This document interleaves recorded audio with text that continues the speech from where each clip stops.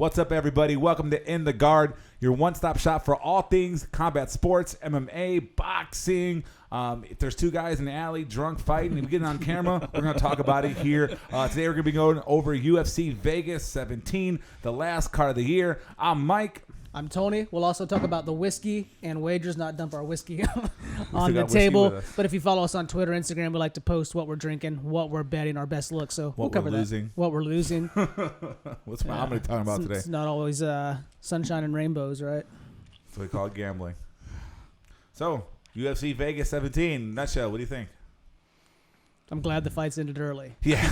I mean, shout out to UFC in 2020 for getting sports back in there, all the cars they're able to run, with all the, obviously COVID protocols and fights getting canceled, still be able to put cards on every single week. So shout out to them for getting that done and giving us something to watch. Yeah, up until last night, 24 straight weeks of UFC action. I'm ready for a break. Being a fight fan, I'm ready for a couple weeks off, regroup for 2021. Yeah. But that being said, there was some fun stuff to watch last night. Again, there's some we had to struggle to get through fights. We're going to focus mostly on the main card here. Starting off with the main event, Stephen Thompson. Whoa, how are we going to skip the best part of the whole card? What are we going to skip? We're going to talk about the triangle. Oh, we go. We're going to talk about it. You want to start there? You want to say the best for last? Yeah. Okay, I like that. Okay, we'll roll that one. Yeah, people tune in for this. Okay. We know we talk. They want it. It says, UFC 17, Vegas 17, Thompson and Neal. So we're going to start there. Wonder Boy Thompson, the holding down the guard, right? The old man versus the up-and-comer Jeff Neal in the main event. And Wonder Boy took care of business. Yeah. Best part about this fight, though, is behind the curtain. You and me. Text exchanges Friday night. I was going hard for Neal. I thought Neal was going to put Wonder Boy to sleep and kind of send him off into the sunset. Lately, in the UFC especially, it's been kind of a changing of the guard type deal, right? The young, hungry lions coming up and the old people are stepping to the side. So if you notice my picks, that was kind of my theme of the night. I'm going with the younger, hungrier fighter the whole way through. Yeah, you like the risk. Yeah. I'm going to try to true. No. You tried to talk me out of it, and I wasn't having it. I showed you a lot of good numbers on it, too, with strike rate, knockdowns. I mean, there was a lot leaning towards Neal. Wonder Boy had this guy's chin tested not too long ago by Vicente Luque, but he also failed to test against Pettis not too long before that. So it was a fight, I think, for Thompson. Skill-wise, striking on the feet. I think Neal's too one-dimensional, comes forward, boxy. It's hard to get a read. Squared off. When was the last time Wonder Boy fought? So it's hard. What kind of shape is he in? How's he going to look going in the cage? He's always in great shape. But you just never know, this. When someone takes that time off, you don't know what's going to be like when they hop back in there, right? You don't know what's going to come. So that's why I leaned Wonder Boy, and I thought if he did win, it would be by decision. I didn't think he was going to finish Jeff Neal, but I thought that Jeff Neal had to be good for 1 second. He just had to be right with that one strike, and then he could have ended it. You got to be there to be hit. But Wonder Boy was precise, like lasers. Everything he was hit, even on one leg. When that knee went bad, which I don't know if Neal realized that. Yeah, I don't think so. I would have went right for that leg instantly again. But then Wonder Boy is so nice, he makes you not want to hurt him. Yeah, that's another little wrinkle, wrinkle in his game. But he looked sharp. He looked like he's still championship contention. Yeah, I think we make the NMF versus the BMF. Let's make the nicest motherfucker versus the baddest. But honestly, why isn't he not facing a Kamaru Usman? Who's really stepping up to that challenge right now? I think he needs another win. We got Gilbert Burns stepping up, right? He came off that knockout from Showtime. Showtime Pettis, Superman punched him. I mean, he was whooping Showtime up until that point, but he lost. I mean, my whole thing is that division is kind of, there's not really that top contender there. Obviously, as I said, Burns is in line to do it right now. He did. Is that fight official? Burns and Usman. Is it going to happen? March. It's in March. So yeah, maybe he can get the winner of that fight. I think Masvidal's going to fight before then. They're trying to work that out with Covington. Masvidal, right. Covington. So and then whoever maybe gets as far as style goes, I'd rather see Masvidal Thompson. Well, as far as style goes, I think it makes for a more entertaining I never want to watch Kobe fight. Yeah, I think people know what and it has nothing to do with his persona or he's just not a fun person to watch. As much as I love Masvidal, I can kind of see that going the same way as Masvidal Usman. I mean, that's why his persona is that, people. It's not because he's a mean person. It's because nobody wants to watch him fight otherwise. Yeah. And the only way to generate interest is hoping that somebody can beat him up for the way he acts, because it's not fun. It's effective. I mean, don't get me wrong. He's quality. He gets to what he needs to get done, but it's not fun to watch. Top two in that division. I would rather watch Covington fight than Usman, though. I mean, I'm surprised when they fought each other, actually, how good of a fight it was. It was a great fight. It's worth watching over and over again. I thought that was going to be a snooze fest. I thought it was going to be people laying down on each other. I think it would be Oliveira, Ferguson 2.0. I think, it forced the action. Like, Covington forced Usman out of his comfort zone. They both did, essentially. Like, we know Covington's on the feet. Like, he can strike, pepper you with shots. But, like, Usman had some good power shots in that fight. I mean, he broke his jaw. Usman's a big guy. He's big for that division. That's why he kind of owns it and he dominates it. He probably could be up around 205 if he took hydration levels out. If there was no weight cutting, I think Usman would probably be fighting at 205. It's a big dude. He's a big guy. But yeah, Thompson looked really good in the fight. Where he goes from there, I'm not 100% sure.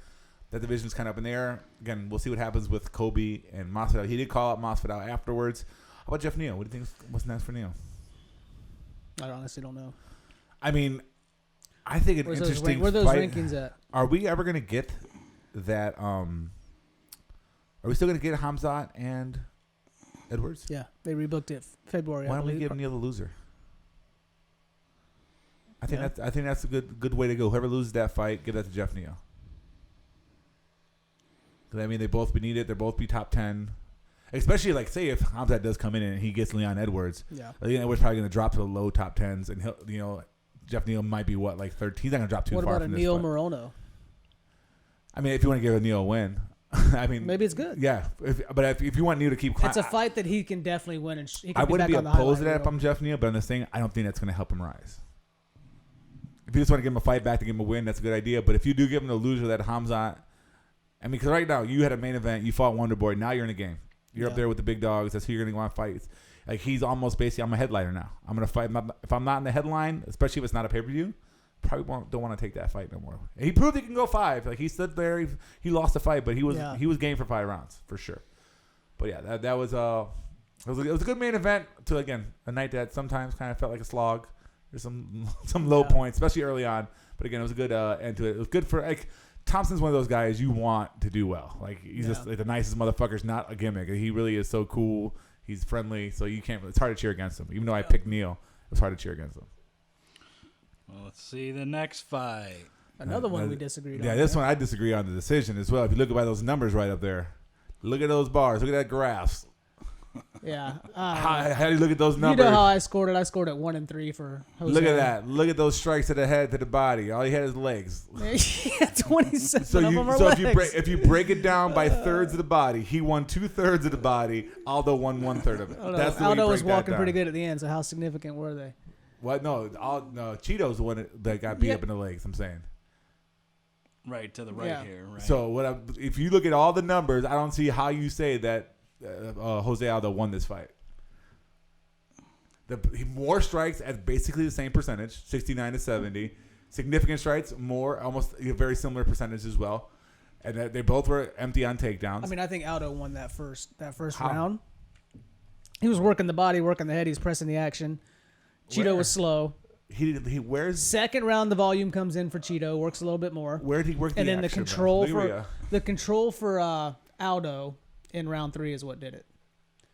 So he had. We'll back up to round one real quick. So we had 19 strikes to 16 for Cheeto. Cheeto threw 14 leg strikes. Jose threw 15, 19. So it was 19 to 16. Yeah. And then you'll see here in round number 2, this is where Cheeto gets lead. He has 12 more leg kicks on Aldo, 11 to the body to Aldo, and then 5. So he wins 10, round 2. If you base it just off, the striking output. Yeah. But we need to talk significant damage, power. He has more significant strikes than him too. We saw the numbers. But a leg kick is considered a significant strike. But like Aldo has more to the body. Look at the significant strikes. I looked like as far as damage, almost everything, and the punches that I saw with impact. Where was the damage? I think Aldo. Where was the damage? 1-3. What was damaged? 1-3. What was damaged on Aldo? Aldo was damaged. He was so damaged. I'm going to hold and then on he has back control for more than. But he was getting punched the whole time. Not the whole time. Not the whole time. No, you're right. The first half of the round, he was getting carried around like Dora in his backpack. He was the backpack, and he took him down and he stood back up. And Cheeto carried him to his side of the cage, went by his team, sat down, slammed him down. And then he was striking him from the bottom. I mean, I actually had a 30-27 Aldo. But you bet on Aldo, too. It's true. But the judges saw it to say 29-28. We need to talk about MMA judges. That's me we and went 4. We went on a whole tangent last week or the week before on how terrible MMA judging is. Yeah. And this kind of proves it right here. You got Aldo's the name. Aldo's the star. Yeah. They're kind of pissed off There's at two Cheeto. biases going on here. They're kind of pissed off at Cheeto for stopping the Sugar Show. Don't you think that pissed Dana White off a little bit? That was Sugar's I'm screaming conspiracy on this one. Yeah. I'm screaming conspiracy on this one. You didn't want to take that L. It's okay. No, I trust me. If there was an L, I would take it. I'd take my L on Wonder Boy. I know. I think Aldo won. There was no argument. 1 and 3. Rounds 1 and 3.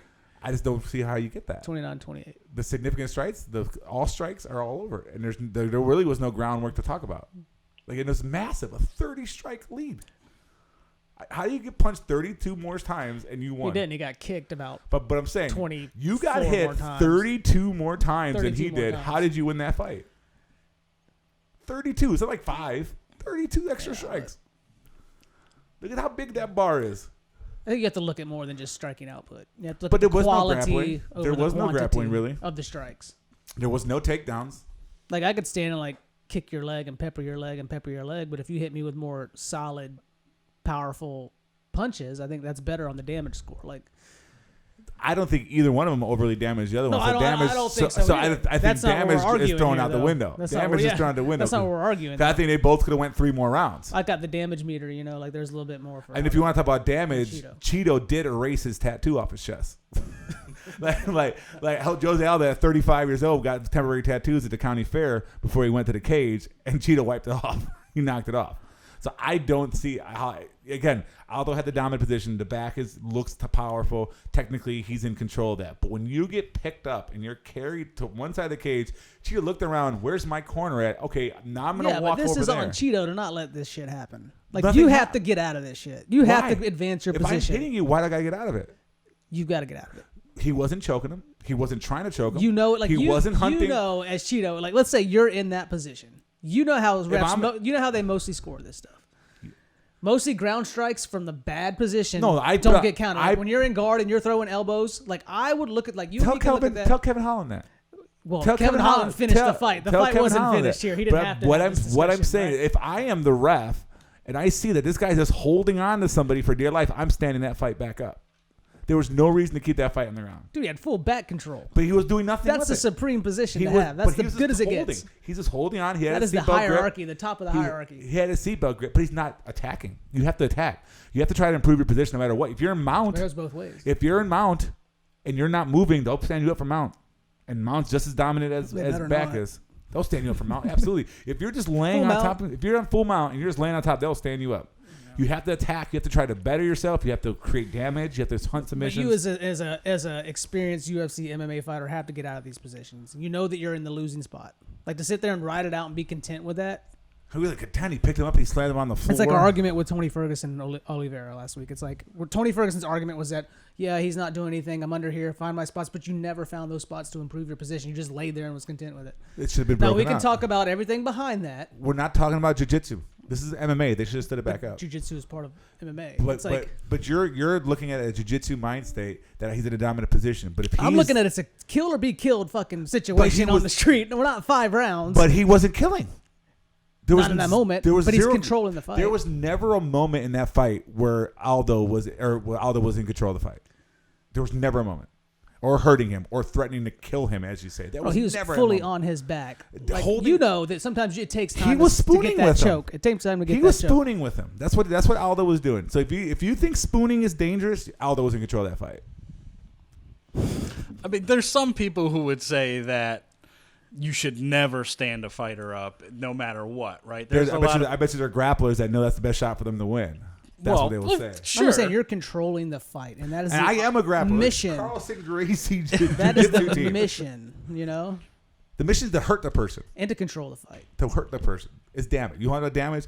The mission of fighting is to hurt your opponent. If you're not hurting them, you're not winning. Yeah. So what happens if there's one big round and Marlon Vera can never improve his position from the back? Can never get Jose off his back. So if you think holding a person in his back is worth giving a person a round, if you're forcing that person to try to work their way out and they're getting tired, yeah. Where's the fight? It's not a fight. If you have a whole round, it's not a fight. You're not always going to be able to finish the fight quickly. You're not striking. You're not hunting submissions. You're not doing anything. But the onus has to go on the other guy too. He has to not just accept this position. He wasn't accepting the position. He was hitting him in the face. The strikes show it. And doing the jerk off motion. Yeah. He's like, yeah, he was. He told me this guy's stroking off right now. What is he doing? Because he's saying it's ridiculous that this. Know what Aldo did? He's basically was taking a knee for a whole half of football. If you're any football fans out there, he basically, I'm going to take a knee for a full half. I get it from the aspect you want the action to be pressed. There wasn't a fight. Like, it's full back. That is the most points you get. That's 4 points. In jiu-jitsu. In jiu-jitsu. But jiu-jitsu is MMA. You have to be, at this level, MMA. You have to be good at everything. That's like saying boxing is MMA. Jiu-jitsu is part of MMA. But you don't... It's a martial art in the mixed genre. Right? Then why, you bring all the tools. Do you get points and you get sweeps? You know, are you going to bring a screwdriver to do a job of a hammer? Yeah, but if you hold guard in jiu-jitsu, you're winning. If in jiu-jitsu, if you hold a guard in MMA, you're losing. So the argument's dead. The argument's dead. Guard, you're in control if you're in guard in jiu-jitsu, right? If you're in guard from bottom, you're in control. It's more of a 50-50. What are you in MMA? You're losing because the person's on top. So you can't compare MMA rules to jiu-jitsu. But it's the way you look at the fight, though, right? If you're in bottom guard and you're active and you're working your hips and you're throwing elbows and you're attacking arm bars, I think you're winning the fight versus the person that's just accepting that top position. Did you hear what you just said? You're attacking arm bars. You're attacking this. You're attacking. He was not attacking. He was working that choke a little bit. No, Vera was holding his arm 2-on-1 control. He was on the wrong side. He was on the wrong side. He had the choke hand over. He never had the choke hand underneath him. It depends gi or no gi, which favors more, but you could do both. You're not going to choke somebody from the hand on top. I'm just saying, you have full back. Marlon Vera has to get out of that elbow on top, you're not going to choke Marlon Vera can't sit there and do this. It's like, dude, you're at the elite level of UFC. Get him off you. If you're in elite level, finish him. Don't let it get to that point. Let it get to that point. Well, so you're in that fight. Would you rather have been Jose Aldo or Marlon Vera? Aldo. You want to be Aldo on the back. I'd rather be trying Jose to work it. Not to say that he wasn't. I'm in the best position to finish this fight. I don't know. Aldo's taking shots in the face. Yeah, but Aldo wasn't. This doesn't hurt. This does. Yeah. Those are little pepper pot shots too. I mean, I get it. I get where you're coming from, but I think as far as full on control, Aldo is controlling that. That's one man controlling the other. It's like, okay, say if someone's just holding on for dear life and you're hitting them, that's like saying they're in control. Yeah, but if I can't get out, that responsibility is on me. I don't think that's control. At the very least, that was a 50-50. I look for primal way. Like if you're in the street, there ain't gonna be no ref to stand you up if you don't like that position or not. Yeah, but in the street, you're not going to go like Nate, did kill or be killed, motherfucker? There was no kill. Where was the kill? He was working it. There was no kill. Zero kill. Round comes it in. There was no kill Let's just go 1 20-minute round, be done with it. Listen, 92 1 20-minute round will fix a lot of this. In 15 minutes, that's what? Let's do the math. But how many of them were leg kicks? Like little leg shots? Doesn't matter. How many of them were leg kicks for Aldo? A lot of those are body head. They're all body. Actually, the numbers showed it was all body head for Aldo. Body head. Aldo was all the leg kicks. See. No. We just looked it up. We looked at the numbers. Let's look at that chart again. Which one are we looking at? Where it showed where the strikes were going. Aldo was all to the legs. Aldo was all to the legs. Those are what he threw. No, it's a combo on him. Yeah, I think that's where he got hit. That's where he got hit. Is that? Yeah. Let's see what my ESPN. 27 leg kicks. Listen, that doesn't make sense because that's 41. That's only the Aldo got hit 47 times. Yeah. And Vera got hit 46 times. Yeah, 46 times. That's how much Vera got hit. Let's see. Damn, the Cowboys won today. Holy shit. Yeah, that busted my A-leg parlay. Get me started on it. That's significant strikes too. Those are significant strikes. Yeah, those aren't total strikes. Significant strike. Or so we had Jose Aldo had 17 out of 38 of his strikes landed to the head. 21 of his 26 landed to the body. This has 19. 6 of his 6 landed to the legs. This is significant strikes by target. Right. So total significant strikes or total strikes. Aldo has 86. He lands 60 of the 86. Where are you getting that number? This is from ESPN. This is from UFC's side. He did not have 80 strikes. 86 total strikes. He did not. He had 60. 60 of 86 total strikes. Oh, I thought what significant. What you kind of missed strikes? I'm just saying. Wait, what do you mean? So significant strikes. He has 44. He has 44 of 70. 17 of his significant strikes were landed to the head of Chito Vera. 21 of his 26 strikes were landed to the body. You guys are flipping it up. Chito kicked Jose 27 times to the leg. He landed 11 body shots. He only landed 8 shots to Jose's head. Either way, there's more strikes on one side. Jose wins 1 and 3. Can we go to the next one? But how did he? It's still significant strike. There's still more significant strikes. Yeah, because all of those to the leg. But it's still significant. But you like people to get punched in the face, right? I like people to get hit. I like when people get hit. I would guess output was higher by double, almost double, or a third. It was 90-60. All right, guys, let's move on to the next fight. And then he held on. Aldo, 29-28. Your boy, Chaos Williams here. Tony likes boring fights. If you remembered Oliveira and Ferguson, he loved that fight. I love that fight. And this one I thought was boring. He hates good fights. This one I felt like started pretty slow, right? They both were respecting each other's power. Which is understandable, first round to feel things out. But I think this fight happened. I mean, I think Chaos struggled with the size of Pereira, and also it's Pereira's style. He dances around a lot. This is not Dancing with the Stars. This is UFC. There's a lot of backpedaling in this fight, and I get it. Both these guys can finish this fight in one shot, but this is with Mike with his expectations of Ferguson and Oliveira. I had expectations for this, and I was kind of let down, and that's on me. That's my problem. I didn't really care for this fight that much. I found it underwhelming. I disagree with that 1,000,000%. Yeah. This was actually a fight. They were on their feet the whole time. They were hitting each other. Punching air. They absolutely not. There's a lot of strikes landed right there. We're talking about bigger boys too. 99. These aren't the little half-wits guys. They're about this big. Yeah, they throw 99 significant strikes in one round between the two of them, not three. But one of Chaos's significant strikes, about 15 of Aldo's, because Chaos would put your lights out. Yeah, but he didn't. Because he's going against another monster. Fight. I get it. Because he's going against another monster too. These are big boys. So when you see that many significant strikes out of the bigger guys, and guys like this too, that are throwing bombs, full fight. I mean, I don't think this was the greatest fight of all time. This is a good fight. I think the decision was wrong on this one too. Don't get me started. No, I agree there. I think Chaos won that fight. If you look again, the strikes. 2-1. I thought 2-1 for Chaos. The strikes show it. The numbers show it. So you want to talk? I'm not just pulling stuff out of my ass here. Yeah. If you see the numbers of people getting hit, who's getting hit more often, that's who wins the fight. Especially when there's not a grappling. Okay, they're obviously with Tony and Charles Oliveira, there's tons of grappling, and Oliveira held dominant position in those grappling exchanges. Okay, there wasn't grappling in these two fights. There really wasn't, other than that, booty grab that Aldo did. But we covered enough time on that one. But in this one, I'm not going to sit there and write this as fight of the year candidate or top 20, top 25, nothing. This is going to be a forgotten fight in the history of MMA, but I don't think it was a bad fight. Yeah, there's other fights I enjoyed more. And it's just, it was my expectations were too high. That was it. I thought the decision was wrong as well. I thought, Pereira won the third round, but he lost the first two. Even with that near finish towards the second, I think. And I think that's what they gave him the edge for. You forget about 4 minutes and 50 seconds of Chaos controlling that and then round. He almost hit him with that choke at the end of the round. Yeah. And I think that's what they gave him. Again, we need one big round. Or just fight until somebody drops. Yeah. Let's just fight until somebody dies. Until the fight's over. Yeah.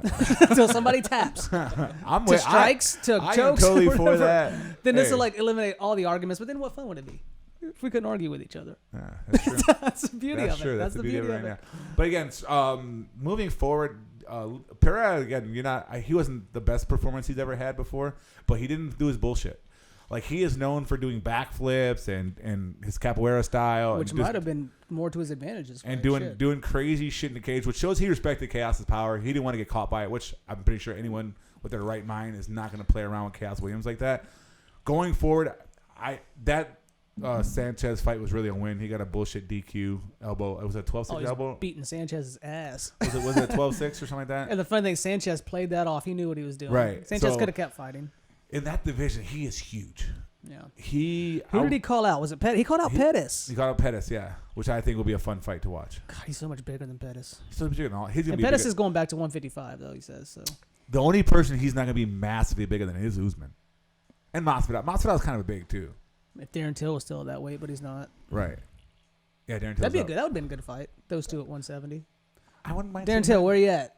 Well, if I'm Pereira and I see that Stylebender wants to go chase 205, why am I not thinking about middleweight?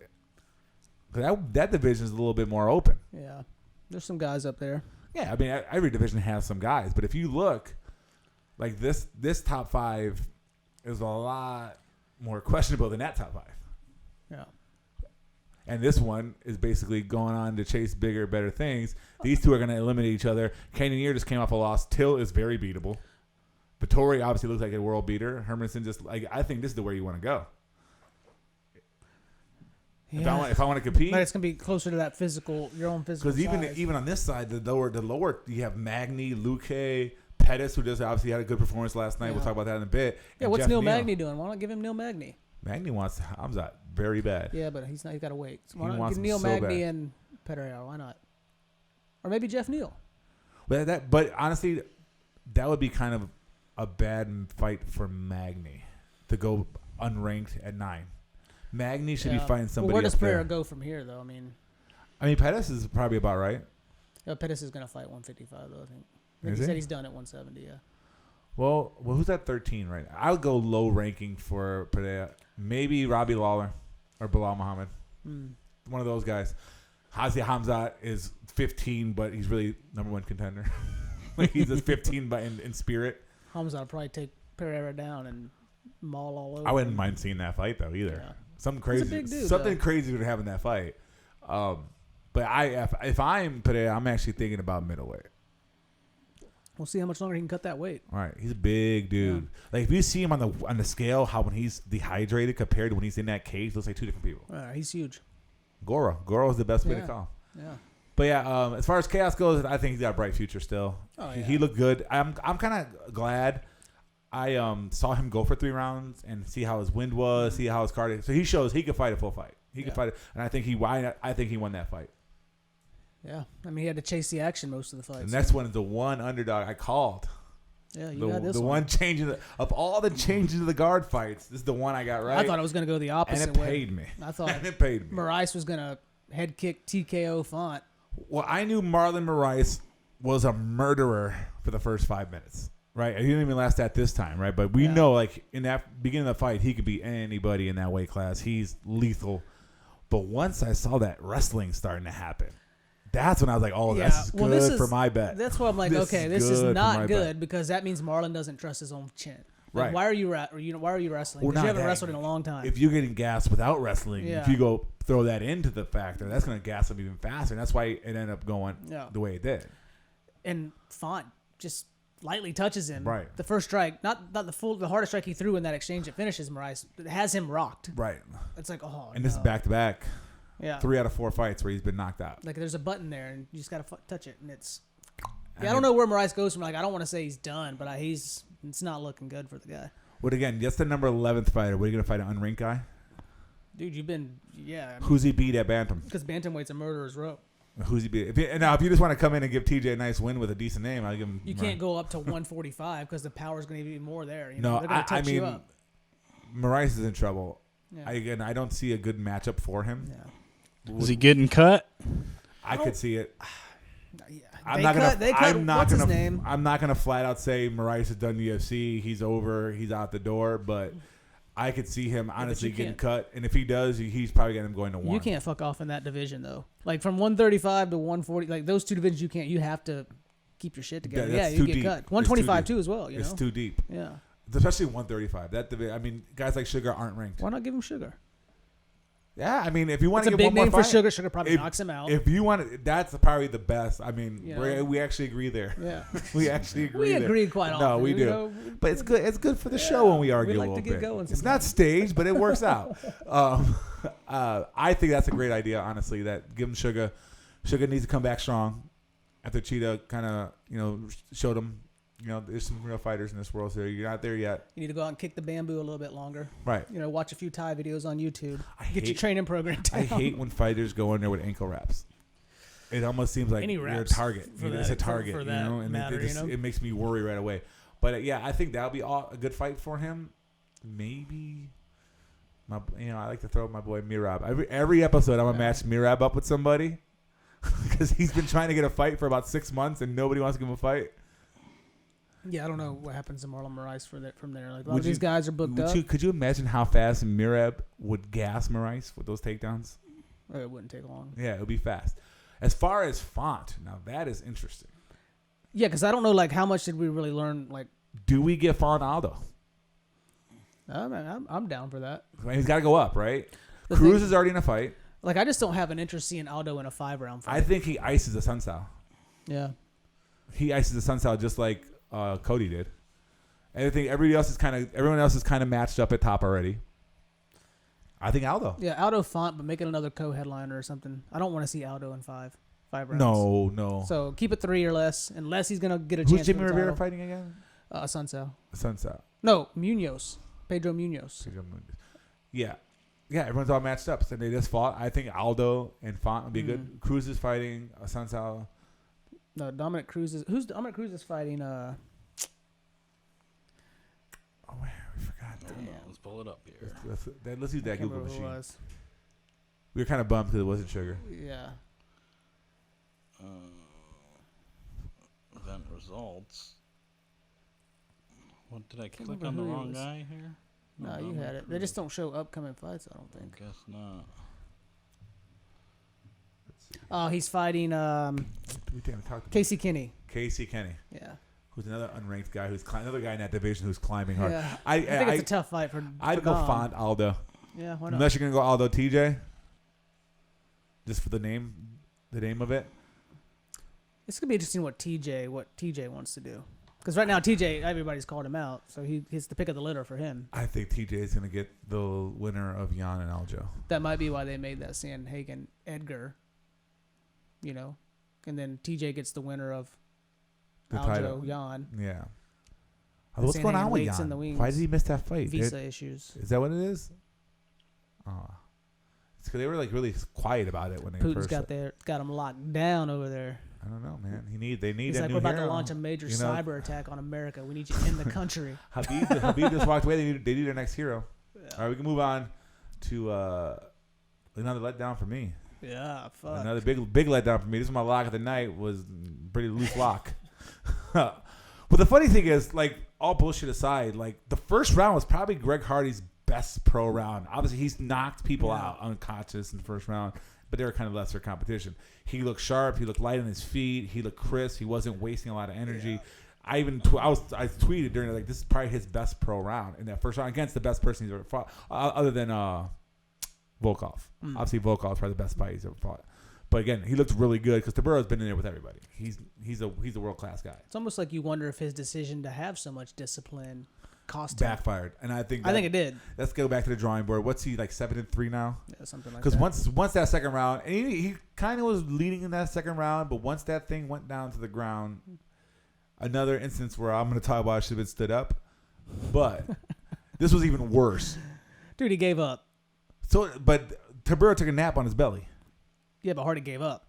What was Taburo doing by laying on his belly?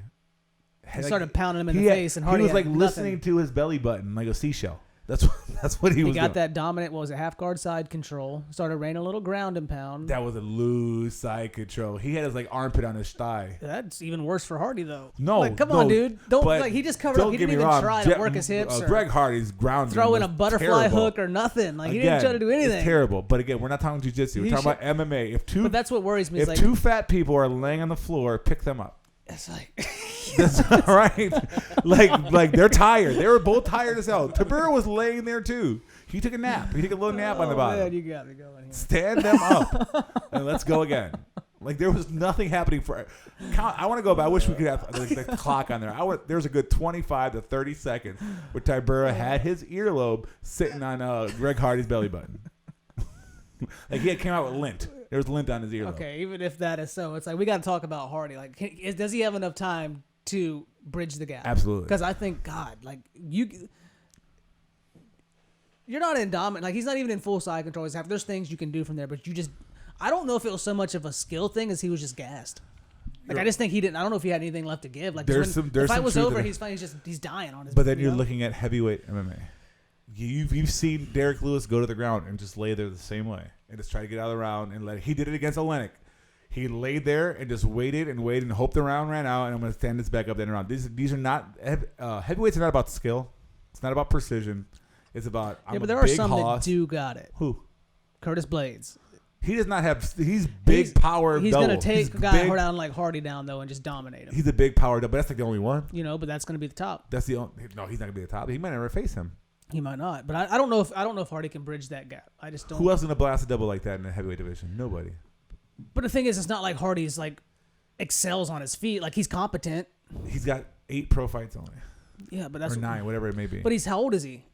Like 33, 34. He's a heavyweight, dude. I'm telling you, he'll be fine. Greg Hardy will be fine. We'll see. He's gonna go back to the drawing board. He's gonna train. And what happens when he comes up against your boy fucking King Kong? That's anybody. They give Stipe King Kong, and King Kong's tearing Stipe to the shreds. So that doesn't matter. That's a mute point. Heads are cooking. Yeah, nobody is beating Alexander Romanov. All right, he's retiring 15-0. He's going to be undefeated for his whole career. So that's an irrelevant argument. You guys might think this guy doesn't like ground game, but you put Romanov and he's screaming for it. What does he do? What does he do on the ground, though? He pounds the shit out of people when he's laying on the ground. It's not just I'm going to lay on you and smell your ears. Like, he puts them to sleep. Well, he didn't. He finished the fight on the ground. No. It took him 25 seconds. Tabur's not a ground fighter on your either. clock, but yeah. I want to go back. I'm going to go back and watch that fight, see how long he's laying down his belly. And I'm going to tweet that. When I go back, I'm going to go back tonight. You're rolled a little bit too deep on the... We'll see. Time was in slow motion for you, man. No, it was a while. Yeah. But other than that, Tibura going forward, I don't really know. He's kind of that in-between level guy where he's he's better. He's like that mid-level. Let's get you into the mid-level. Like I guess he does have back-to-back wins, right? He beat Rothwell. And he beat Rothwell and Hardy. Again, in the heavyweight how division. About Rothwell? What's he doing? He want to fight Hardy? Honestly, I like to see that fight. That's a fight I think Hardy might be able to win if his cardio. What I would do, hold up. I'd give Tibura Junior Dos Santos and say it's Junior Dos Santos' last fight. Give him that last fight. Yeah, so JDS can't win that one, then cut him. And he should win that fight. Again, a lot of these heavyweights, that's what I'm talking about. Heavyweights like Augusto Sakai, I don't know what he looks like. Shamil Abdurakhimov, I don't know who that guy is. Sergey Pavlovich, I don't know any of those people. The heavyweight division is shallow. We don't need to know those people, but like a person like Greg Hardy, you're going to want to push. I know Andrei Arlovsky from 15 years ago. Give him Arlovsky. Yeah, why not? That's not that bad of an idea. Arlovsky's not going to look to take him down. Who? Hardy? Yeah, he's not going to. They're going to stand on the feet. I mean Hardy. I don't know. I give Hardy Walt Harris. If he ain't got his inhaler, it seems like he's in trouble. He's got to work on that cardio. He's won a lot of fight without that inhaler. That was one moment. What? He's got 7 fights without the inhaler? 7 wins without him. 7 wins without him. He's like 7-3 now. I would give Greg Hardy Walt Harris. Well, and kind of loser goes home. A loser goes home. Walt Harris likes to eat punches in the face. That's what he likes to do. To shoot takedowns too. As far as that goes. But again, if Greg Hardy does lose his next fight, then you might be thinking about okay, this is time to stop the experiment. Yeah. But again, that first round, he's got to tweak things. I just worry about his age and the gap that he has to. Even though your argument with heavyweight does hold some weight, I still think that he's got to get better. You don't got to be that skilled when you're heavyweight. He's got to get better though. Brock Lesnar was the world heavyweight champion.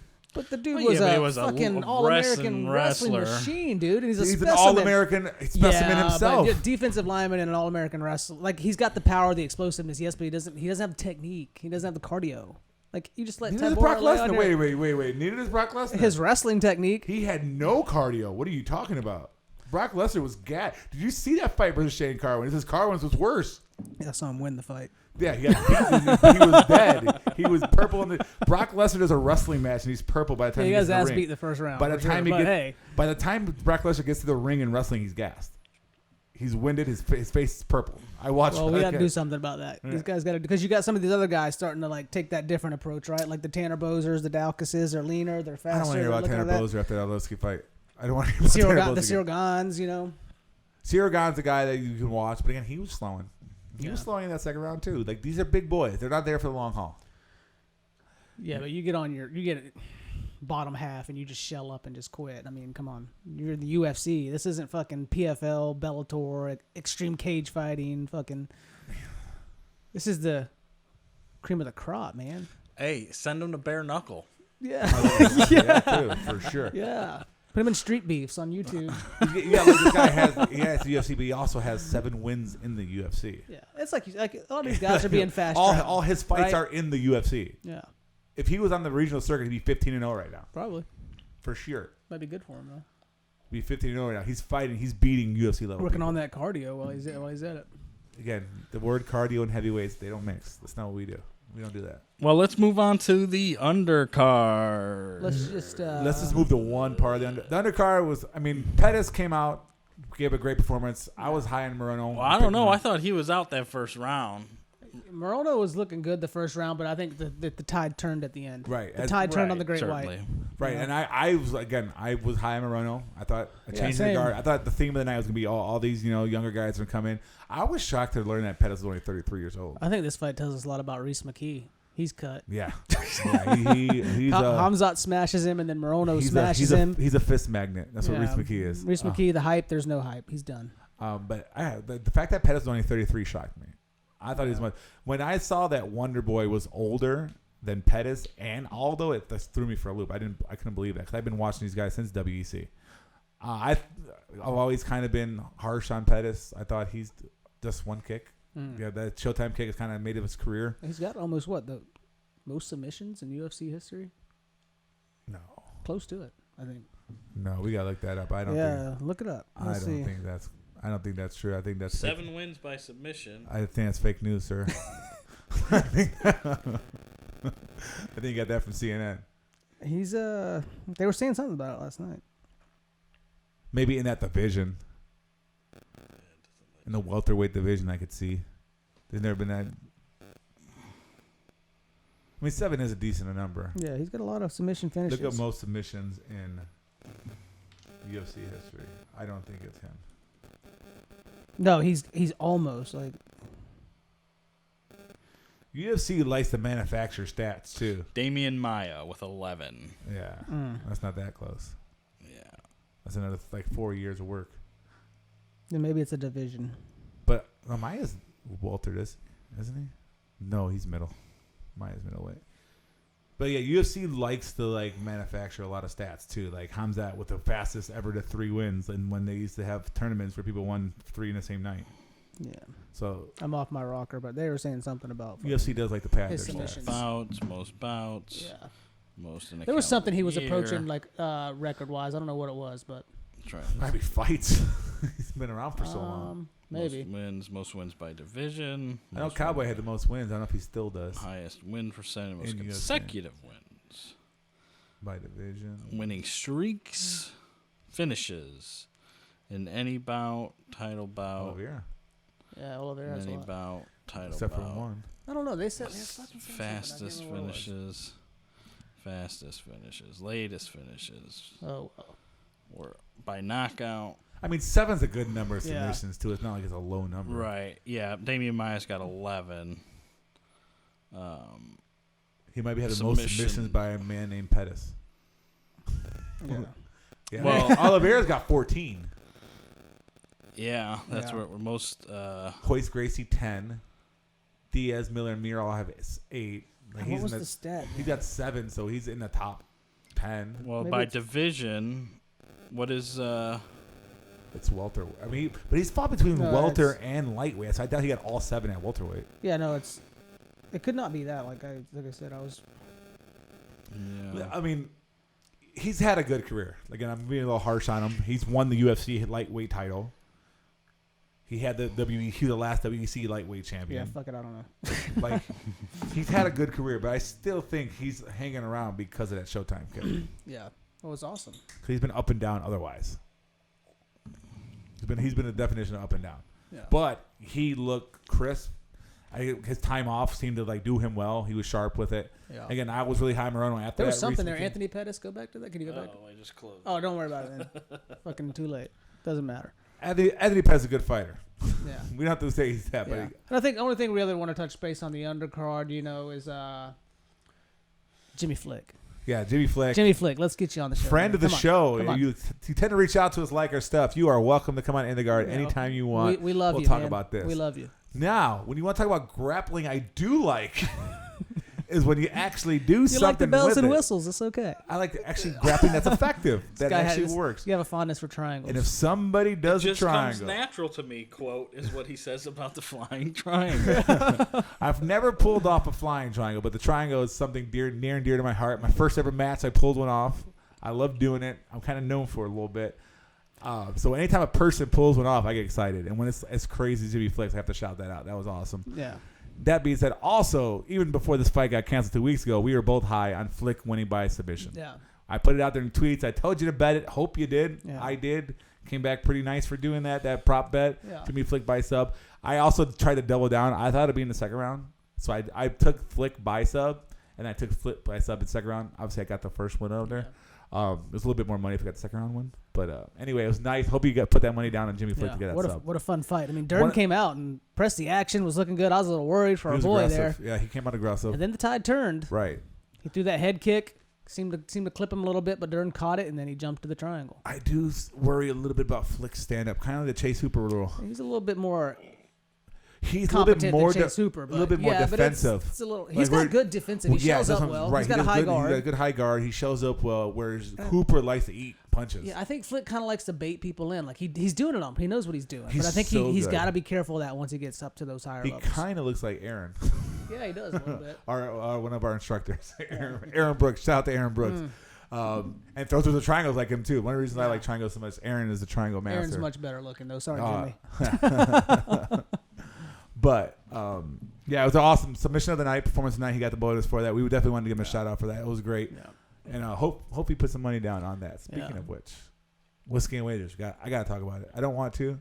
It wasn't that good of a night, although I did, like I said, I had the Jimmy Flick by submission. I had Font by knockout. So that was kind of made up from my garbage whiskey and wagers. Those are your little side bets, yeah. Yeah, my lock of the night, we kind of went over. Does not know what to do when he falls on his back. Greg Hardy. Yeah, right. Once he went down and I saw his reaction, I was like, "Oh, my lock is not going to happen for me," which actually ended up busting my parlay. He was the fourth leg of my 4-leg parlay. The first 3 hit, and then he busted that. And then my underdog, Chaos Williams, I think I got robbed. I think I was stolen from that one. He was in the fight, 3 rounds, good fight. We kind of talked about it earlier. But yeah, Chaos Williams ended up losing by decision. So I went 0 for 3 on my whiskey and wagers. It happens. But I was saved. I was saved definitely by my prop bets I took for that night. My whiskey and wagers turned out quite all right. You know, my lock of the night hit. You know, Chukwi, he got it done. Dog of the night, Stephen Thompson, plus 100 if you got that before it flipped back again to minus 105. So Stephen Thompson cashes. I won some money on that. Now my parlays, if you played it like I originally said, then it didn't hit. It was the pair up Tafon Chukwi with, I think it was Greg Hardy, Tybura doesn't go the distance, and then Pereira and Williams doesn't go the distance. I originally said it a 2-leg Chukwi and Pereira and Williams doesn't go the distance, and that did not hit. But if you fucked up and you went Chukwi, Tybura, Hardy doesn't go the distance, and you cash. Congratulations. But if you did the full 3-leg, then I left you hanging. One My thing bad. I even said it during whiskey and wagers. It was tough to get a lock this week. Yeah. This week was a lot of coin flips, a lot of 50-50 fights. I thought that as far as favorites, that Hardy had the best money. His line was probably a little bit better than everybody, and I thought he would end up getting it done. Yeah. The UFC's trying to feed him somebody. So again, but this was a tough week to call for sure. Every fight, and you could tell we were split on our picks, our head-to-head picks. We had the most week that we've had our picks separate from each other. Yeah, we differed on 4 fights. Yeah, so usually it's 1 or 2 that it comes down to, and we're right in agreement on everything. So again, this was a tough week to call. Speaking of which, our head-to-head picks, we tied it up at 6-5. We both finished 6-5. Yeah. Yeah, it's Wonder Boy did it for him. So obviously, the heat of the podcast, us getting into it, is because I was right on those first 2 fights, and then Mike got the Rob Font, Moraes, and the. And Jillian Robertson Santos. This is an MMA podcast by MMA rules. Since I already was the picks champion, since we draw, the champion retains. So I go home. I close out 2020 as the champ. So Merry Christmas. Yeah, Merry. so I retained the in the guard picks title. It's either that or I'm stuffing your stocking. Which do you prefer? I don't want you to stuff anything of mine. keep your stuffing in your pants. You go soak on your own. All right. Yeah, I soak. I got my own time to soak. All right, guys. Well, let's move on to some breaking news in MMA. New fight announced. How are we feeling about this one? Are they feeding Corey? Sandhagen and Frankie Edgar. I kind of feel bad for Frankie Edgar here. Yeah, but I mean, I think it's Frankie has the most to 6th. gain. Like, I mean, this is like, I guess if you're Sandhagen, you want to stay active, you want to stay crisp because you're going to get that title shot, and I can see it from that viewpoint. You want to stay on the ball. I think it's an easy fight for Corey that keeps him in that big names. Obviously, Frankie's at 5 right now, so it's a fight that Corey knows he's got the upper hand on. Yeah. Obviously, anything can happen in an MMA contest, but I think 99 out of 100 fights, Corey walks away winning this fight. Yeah, and it keeps him, keeps him active. But I just think that this might be the end of Frankie Edgar. It could be. Because it could be something very, very highlight I could see reel. it playing out similar to the fight that Sandhagen just did with Moraes. You know, I could see it. Now, it's hard to finish Frankie. Yeah. He doesn't get finished very often. Sandhagen can do it. I can see an elbow, something like, Ortega hit him with. I mean, I remember recently Ortega put him out. Yeah, spinning elbow. But other than that, who's knocked him? Who's finished not spinning elbow? He hit him with that. Has anybody else finished Frankie? I think that's the only time Frankie's been finished. Maynard finished him once, didn't he? No, wasn't all draws? Weren't other fights draws? Frankie finished him in one. I know they had two. I think they had like 2 draws. 3 fights. I think they had 2 draws. Cause both at one time they were all both undefeated, weren't they? Let's see here, pulling it up. He's 23-8, and here 23-8, fighting the cream of the crop. Yeah. Too. He lost to Holloway. Decision. Oh, Zombie finished him. Yeah, Zombie finished him. Zombie worked him. Yeah. No, not even worked. Ortega worked him. Well, the thing is too, those were quick, fast finishes. Yeah, round 1. The decision. Jose. Decision. He knocked out Mendez. So, he lost the unanimous to Gray Maynard. Other than that, nobody else. Yeah, so he had 2 finishes. They were recent. Yeah. Zombie and Ortega, who both fought each other in a great fight recently. So finishing Frankie's not easy. It's not an easy thing to do. And both of those finishes came fast. They were quick lightning strike finishes. So if this goes past the first round, I think it goes to decision. Yeah, I mean, I could see Frankie taking it to decision. I mean, I don't know if this is going to be a main event, though. I didn't see. It looks like here's the rest of the card. And for sure. Overeem Volkov is main event. Yeah, okay. That's what it looks like. So it's a 3-round fight. I do not agree with that. Yeah, I mean, that should be the main event. But yeah, I think Corey can win this either by knockout decision or by submission. I think Corey is better in every aspect of fighting at this point. And again, I think it's almost like a tune-up. He's got youth on his side. I mean, he's going to be the bigger guy. Better he's taller. He's got caught by Aljo in that submission. I wish that fight could have went a little bit longer. They really got into it with each other. We kind of got robbed of that fight because of that submission. But he just like that Moraes fight. That head kick was lethal. Yeah, lethal. So yeah, I think they're kind of feeding Edgar to the wolves, and we're always nowadays talking about who's going to cut next. If Frankie loses to Corey, I don't know where he goes from there. What do you do with him? It's time to move on. You don't go back up to 55. Do you cut down to 35? There's nothing that's tough for him too. He's at 30. This is at 35. I don't go 25. There's no. I mean, he's got to be getting up there, Yeah, but Frankie just loves fighting. Frankie in his head thinks he's gonna be a champion again. He was on within the last 6 months. He was on Joe Rogan talking about how he still thinks he's gonna win a title again. So in his head, he's nowhere near the end. Yeah, a lot of these guys at the end do. Jose Aldo, Anthony Pettis just said he's getting a run for it at 155. A lot of these guys. How old is Frankie Edgar? Dominic Cruz thinks it. I mean, they all think it. Dominic Cruz's last fight was a title fight, though. They all think it. Dominic Cruz just had a title fight. So did Aldo. Although he only gets title fights, that's why he always thinks he's going to get another one. How many has he had? Let's see. But, I mean, at least Anthony Pettis, he's only 33 years old. There's still a good run in him still. Yeah. That's when my eyes kind of popped. I thought he was like my age, like 36, pushing 37. I thought he was a little bit closer to 40. But he's 39. 39. Like, I mean, this might be it. And it could be pretty ugly way to go out.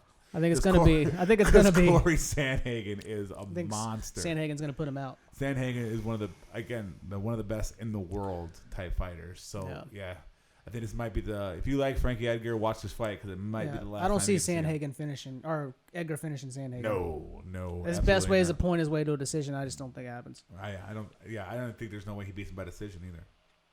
I think Sandhagen's to lose, and I think he's going to. Other than like a wayward elbow or something that gets caught, and obviously there's always that 0.1% chance in MMA, but no, this is see it. The end. I think you're gonna see the end of Frankie Edgar on February 6th. Sorry, Frankie. Well, let's move on to nobody. We all kind of thought maybe it was the end of the road for Yoel, but he gets picked up. Yeah, I think what we learned from this Bellator is full of shit. Yeah, yeah. This Mister, we're not in for older fighters. Talk about holding your cards, right? And they go back to back within a week span. Sign Rumble and Yoel. So where's this? We're not signing old fighters anymore. Yeah. I don't know. And then the Bellator whole being Bellator. You know, people wanting this fight right off the rip. You know, like I think Johnson and Romero. Like, yeah, it's gonna be big for business, but why would you do that? We're gonna do our bold claims for 2021 next podcast. Yeah. But I think my bold claim is gonna be Gracie versus Shamrock 3 in Bellator in 2021. Yeah, because they are just going right back that same road. Now, a guy like Rumble, I think that's a great signing for them because I think there's a lot in the tank for Rumble still. Yeah. I don't think Romero not so much. I think Romero's going. Yeah. I think Yoel's going there for a paycheck. He's going to take an easy paycheck. He's fighting 205. This should be. So he doesn't have to cut weight. He's going to go in there, and he's going to give you style bender performances. Yeah. That's going to be Yoel Romero round. He's going to go in there, and he's going to just hang back. He knows that. I know Coker loves to say they're the best light heavyweight division, but they're all guys that left UFC. Yeah. And the UFC did not have the best 205 Sounds like division. He's playing too much into his own last name. You know, right. He's like, yo, it's not a recreational activity. It's a last name. Too much cokering himself. Yeah. And I'm not talking about the soft drink. Yeah. But, yeah, I mean, I love Yoel Romero. Again, I don't feel like doing his voice. My throat hurts a little bit from drinking too much shit already yesterday. But, again, Bellator said they didn't want old fighters, and they go find them back-to-back. If they are talking about doing him and Rumble first, too, like they just want to eliminate both their signings right away, one of them is going to get knocked out. Maybe they're planning to sell the league. I was looking somewhere else they were talking about. I don't think it's on this one here, but yeah, that's kind of the rumor, but who knows what's really going to happen. Well, let's move on to a little bit of drama. Yes. I'm sure everybody out there in the internet land has seen the videos of Jake Paul drive by on Dillian Danis. And Danis far as back, why do you just hang around? No, it's a drive-by. Why would I swear this is like an 80s movie, like the 80s, punk bad guys, like Karate Kid type deal. They come in, they throw garbage at Daniel-san. So much animosity to make it water balloons. What on fucking eggs at least? Something worth throwing, some ice, something that's gonna hurt. Brandon Schaub, could you have made it any more obvious that, like that you're doing this work? Yeah. I mean, I totally think it's all staged. You got within a week. Logan Paul's on Food Truck Diaries. Then magically, while Dylan Danis is filming, Jake Paul happens to drive by, knowing exactly where they're at, where it's filming, what's going on, and this happens. And then Danis has a smile on his face the whole way through. At least hold your smile, dude. Hold kayfabe. What are you doing? What's worse, that or the fact that we still love it? Oh, I love it. It's funny. It's making fun. He's making fights fun again. And honestly, for Dylan Danis, it's probably the best money fight he's ever going to get. Absolutely. He's ever going to get. So he better take that fight. Yeah. Win or lose, it doesn't matter because the man's great on the ground with his jiu-jitsu, but his stand-up leaves a lot to be desired, and I don't see him rising too high in UFC. Yeah. I'm kind of piggybacking off this. Is like, did we see where, I don't know if it was Logan or Jake said that it's inevitable that the two brothers are going to fight? I'd be interested. I kind of want to see that.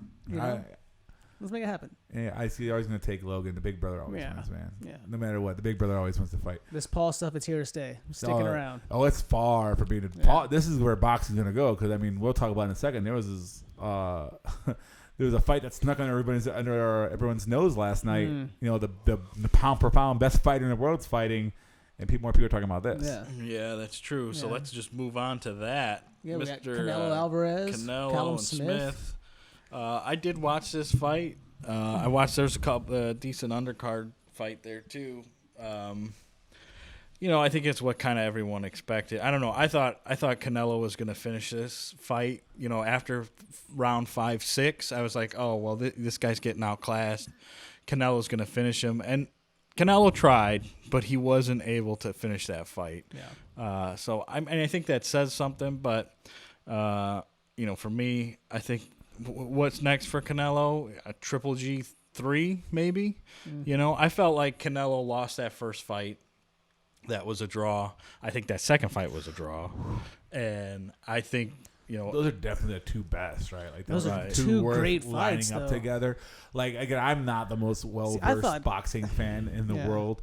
But the way Canelo, he's moving around weight classes, is taking titles from everybody in every weight class. This guy's making, a GOAT claim. He's trying to cement that type of level. I thought like the first fight was the true draw of the Triple G, and I thought Canelo edged him in that second fight. I mean, I don't know.